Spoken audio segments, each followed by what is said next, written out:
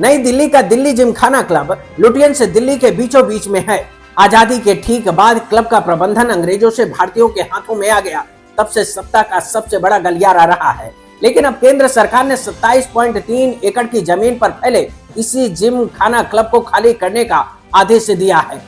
सरकार का कहना है कि यह जमीन राष्ट्रीय सुरक्षा और रक्षा ढांचे से जुड़े अहम कामों के लिए चाहिए। लेकिन जिमखाना क्लब को लेकर मुंह ऐसा है कि सरकार के इस फैसले को दिल्ली हाई कोर्ट में बाकायदा चुनौती दी गई है। आरोप लगाया गया है कि जिमखाना क्लब के सदस्यों को सरकार की तरफ से फैसले की कोई जानकारी नहीं दी गई है।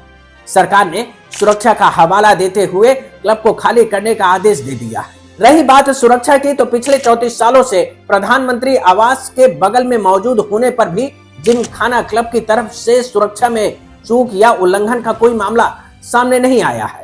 1928 में सरकार ने जिमखाना क्लब की 27 एकड़ से ज्यादा की जमीन 1000 रुपए सालाना पर दे दी थी।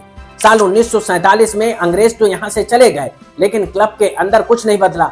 जमीन वही रही, किराया भी वही रहा, बस क्लब के अंदर बैठने वाले लोग बदलते गए। पूरे नौकरशाहों की जगह देसी रसूखदार लोगों ने ले ली, जहां आम आदमी कभी अंदर झांक भी नहीं सकता था, या कहें कि आम आदमी की पहुंच से इतना दूर कर दिया गया कि वो वहां पहुंचने की सोच भी नहीं सकता था।